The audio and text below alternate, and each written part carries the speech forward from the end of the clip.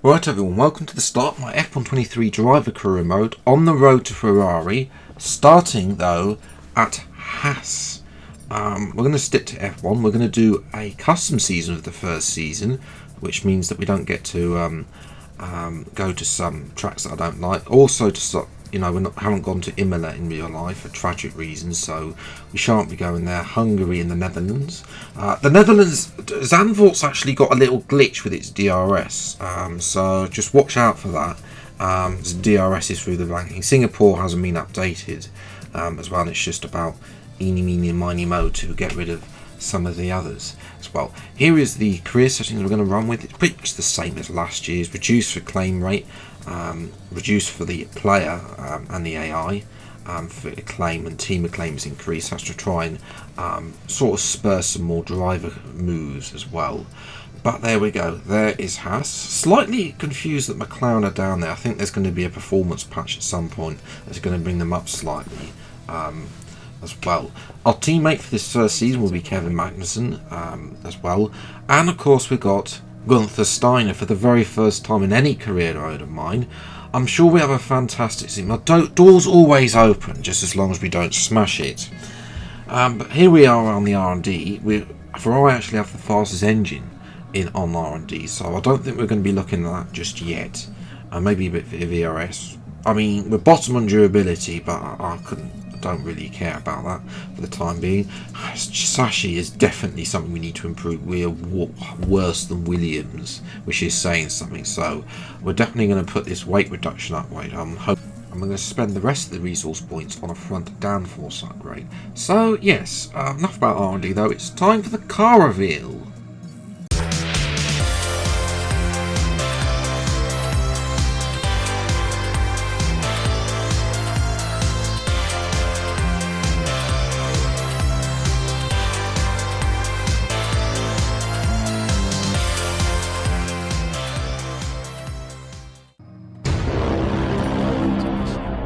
Yes, that's right. In typical R&D fashion, we've had an upgrade failure at the start of the career mode. And when one fails, yes, that's right, the other one decided to just do it as well. Cannot be serious! So here we are. This is the new workstation for F123. They kept this quiet. It's actually quite nice in here. Not as nice as the hospitality suite in F1 2017, but it's certainly an improvement what we've had in previous years. Hello and welcome back finally to the hustle and bustle of Formula One. The F1 2023 World Championship is about to get underway. We cannot wait to get started. Last season saw the biggest raft of regulation changes in years, and we're excited to see more of that wheel-to-wheel racing. The big question is though, can anyone challenge the dominance of Max Verstappen and Red Bull? Well, all the teams have been working so hard to get ahead in the development race, looking not only at their own car, but those of their competitors. Thousands of engineers working hard back at the factory.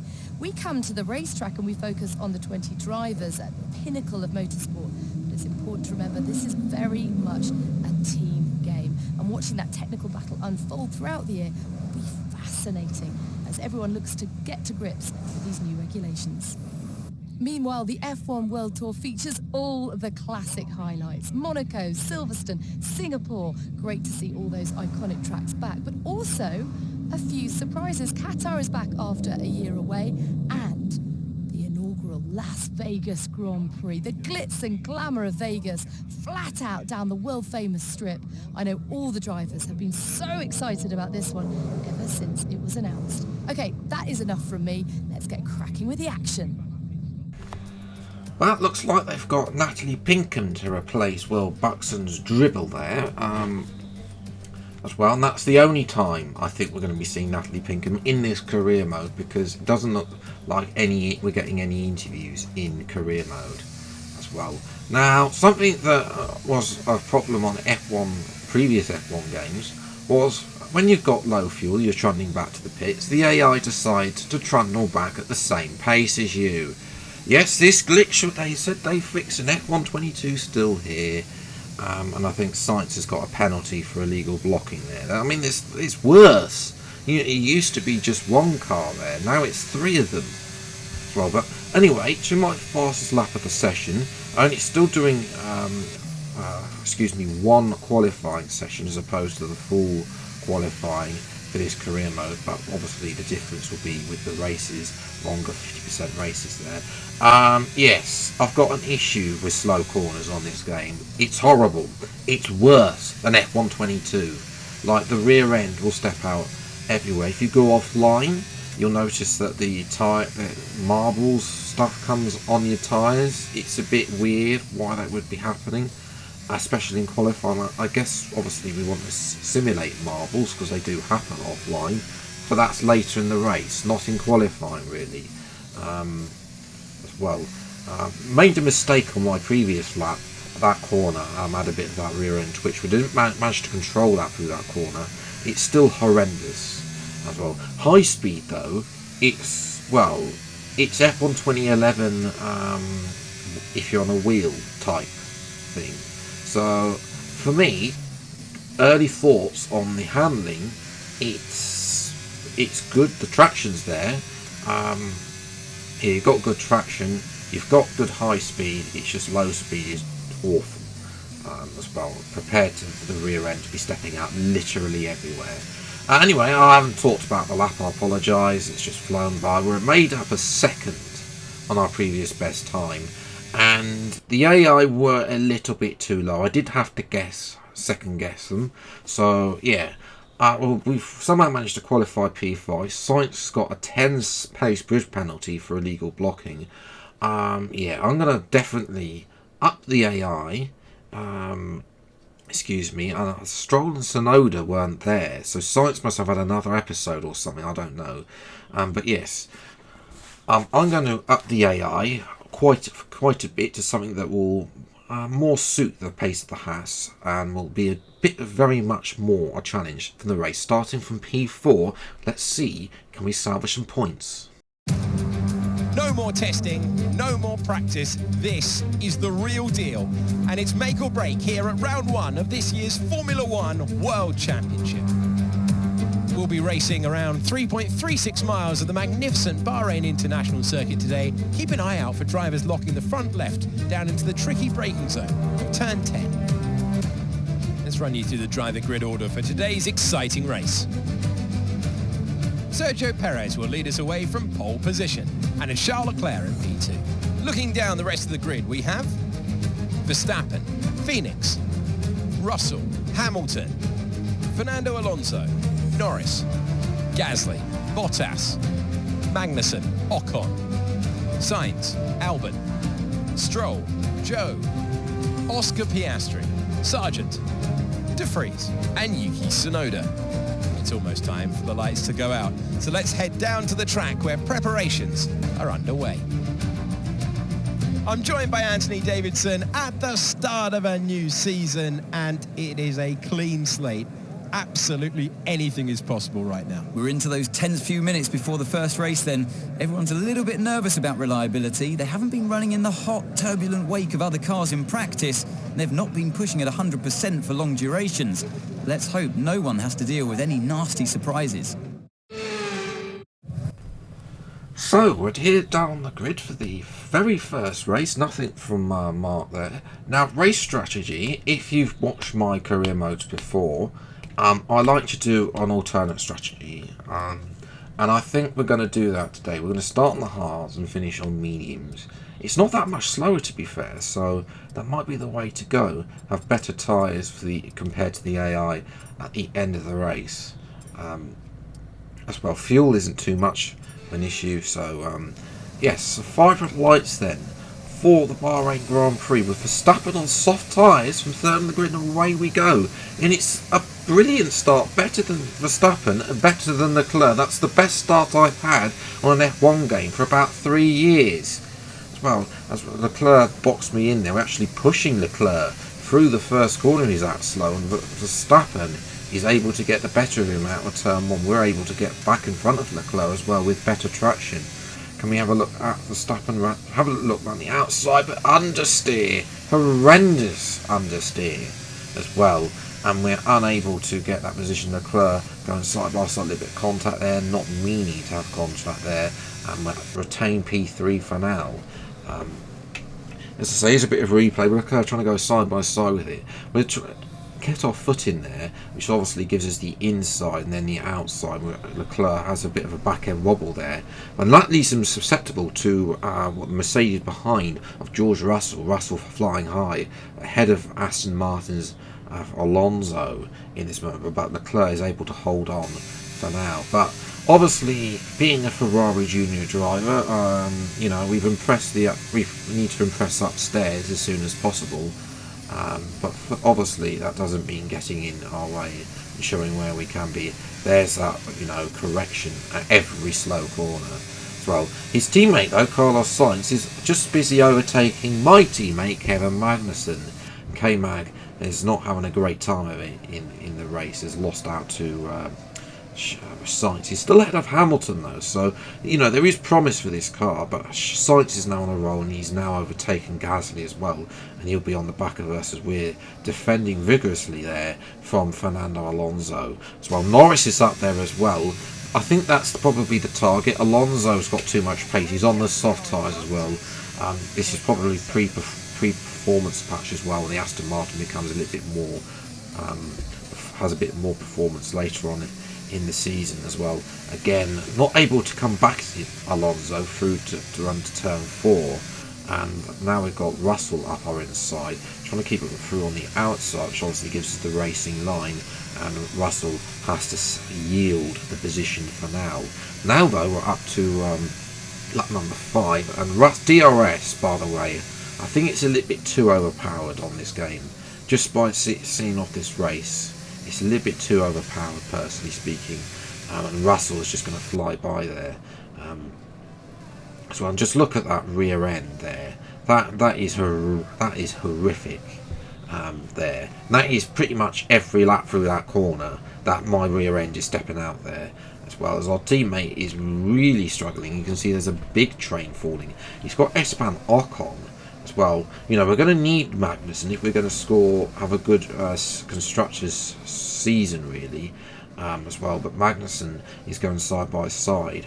Now Ocon has the DRS and Magnussen has to go defensive. Actually, Ocon doesn't have his DRS open, but Bottas does, and Bottas sails around the outside of Magnussen. We're trying to defend from Lando Norris. That, I think, is the order of play. We've got Sainz and Hamilton behind. Norris leaves the door open. We dive back down the inside. They're definitely more diveable, I think, on this year's game compared to last year. And that, obviously Sainz was looking to follow me through as he was able to capitalise on Norris having a poor line through turn 1, thanks to me forcing a little bit wide there in my defence. And now Sainz is going to try to blast past, but we are doing the 300 IQ strategy. Break a little early into the final corner and get some DRS. I think that is the defence here. The Sainz though is able to outwit me and comes across the racing line there, having to take avoiding action, so miss going into the back of him. But we still get the DRS though, and it's just about, can we actually overtake him? Do we want to overtake him as a Ferrari junior driver? But he's broken a little bit early for my liking. Had he broken a little bit later, we might have just let him go there. Meanwhile, up the road, we've got Alonso and Russell fighting it out, and Alonso is able to just about keep in front of Russell for now, as well, on those soft tyres. But they're of course swapping positions, and look, there goes, that's the DRS. I've got no defence against both Sainz and Hamilton. Hamilton trying to make a double move. He's going to try and force, we might be able to come back here, because Sainz is going to get compromised through turn 2 by Hamilton. There we go, he's got the poor exit. He's taken what I call a cursed curb. They still exist in F1 23 by the looks of it, and Hamilton doesn't have DRS up to turn 4, so around the outside of Hamilton, a lovely little move to get back up to P6. That is, obviously caught both of them napping, too busy interested in themselves, and were able to pick the pockets of both of them and back up to P6. Hamilton squeezed them a little bit too close to the curb, I'll admit, but there we go. Hamilton though is just going to breeze past on lap number 10 with DRS, and this time I've got no answer. We haven't really got the chassis, all the aero yet to be able to challenge Mercedes. And Mercedes have improved in a straight line, I feel, compared to last year's game, as Sainz now is at the inside. At this point, I'm just saying, look, we might as well let him go. Our fight really is with Norris. Not McLaren, I think, is a target for us in this first season as well. So that's the person we want to defend against. We've got Max Verstappen, who's already made a stop and he's came out behind us. Verstappen is flying. He's overtaken Perez as well throughout this process as Norris comes in. As well, we jump to lap 15. There's Perez. We're not really going to fight the Red Bulls. We're just literally trying to get to our pit stop where we can put on the mediums when a load of people are going to be on hards. I don't know if the Red Bulls and the Astons are going to pit again or not. I suspect that they might try and egg it out now to the end of the race, but they got so much pace anyway, so we let Leclerc through anyway. Our tyres are 60% on the rear, so that is definitely sort of the sign when the orange indicator for tyres comes up that you need to start to make your pit stop. I've done 17 laps. We possibly could do with a tyre wear upgrade, and this is the first time in a long while I've had to really think about career mode in terms of tyre wear, and it's a horrible stop on the right rear.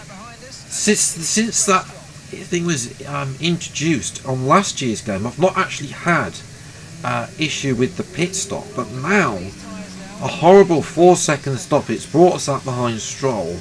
That has cost us a chance at Norwich, I feel. We're going to try and get Stroll, but Stroll's going to hold us up, and again the rear end steps out for the 58th millionth time in the race as well. Now we're just going to have to be patient with Stroll. We're definitely faster than him.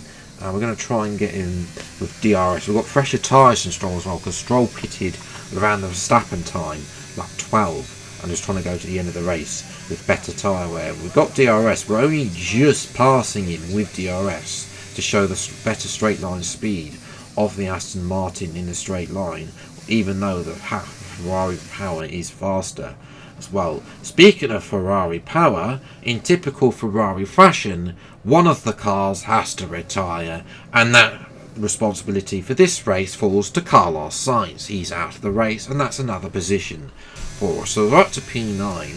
Jump to lap 24. Nothing's really happened. We've dropped Stroll. I think Stroll's tyres are definitely going off again. You can see those marbles offline.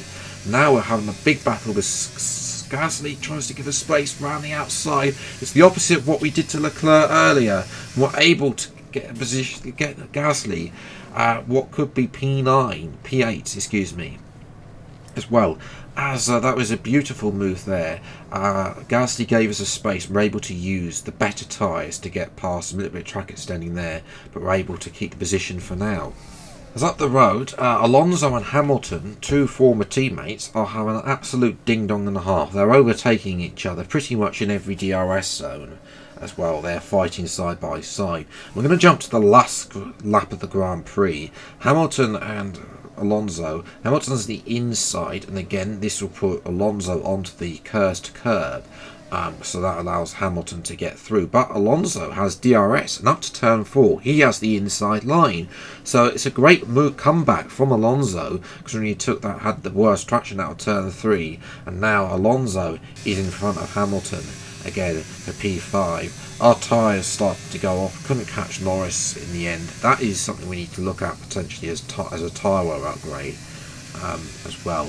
We're able to defend Gasly though, so I feel our straight line speed is doing well. We just need to focus on the chassis side of things really, and tyre wear obviously is an upgrade for that. But it's our first points of the season. Might it be our last? Obviously with tougher AI, have we not qualified so high